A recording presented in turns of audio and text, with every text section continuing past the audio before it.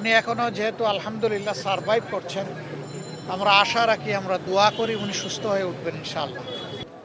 সাবেক প্রধানমন্ত্রী, BNP chairperson, 4 দলীয় এবং 20 দলীয় জোটের নেত্রী বেগম খালেদা জিয়া, তিনি গুরুতর অসুস্থ অবস্থায় আছেন।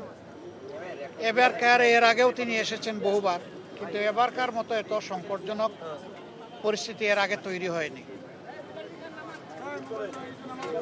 আমি ধৈর্য ধরছিলাম, দোয়া করছিলাম বাহির থেকে, এবং ধারণা ছিল যে এখানে এসে ডিস্টার্ব না করি। বিএনপির পক্ষ থেকেও সেই ধরনের একটা আহ্বান মহাসচিব জনাব মির্জা ফখরুল ইসলাম আলমগীর সাহেব জানিয়েছিলেন যে সবাই দোয়া করুন, এখানে এসে সবাই ভিড় করবেন না। এখানে ওনারও চিকিৎসা বিঘ্নিত হচ্ছে, আরও রোগীদের চিকিৎসা বিঘ্নিত হচ্ছে। কিন্তু আজকে আর কোনোভাবে মনকে বুঝাতে পারিনি, এই জন্য আসলাম। আমি ওনাকে দেখে এসেছি।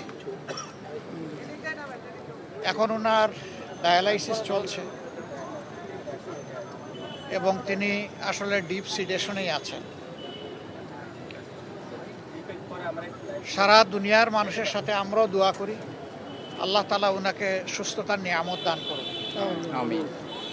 তিনি সুস্থ হয়ে আবার ফিরে আসেন এবং জাতির খেদমতে বাকি জিন্দগিটা উনি যাতে কাটাতে পারেন সেই দোয়া করি। সুস্থতাও আল্লাহর নিয়ামত, অসুস্থতাও আল্লাহর নিয়ামত।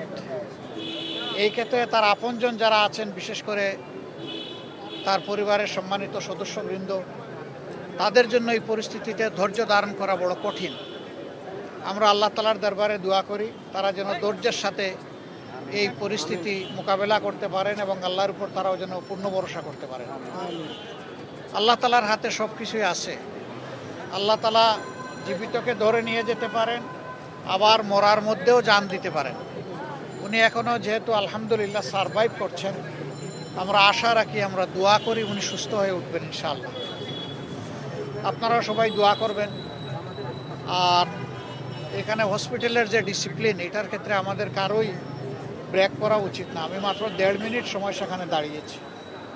আমার কর্তব্য নিষ্ঠা আমাকে বলেছে যে তোমার সুযোগ থাকলেও দীর্ঘক্ষণ এখানে দাঁড়ানো উচিত নয়।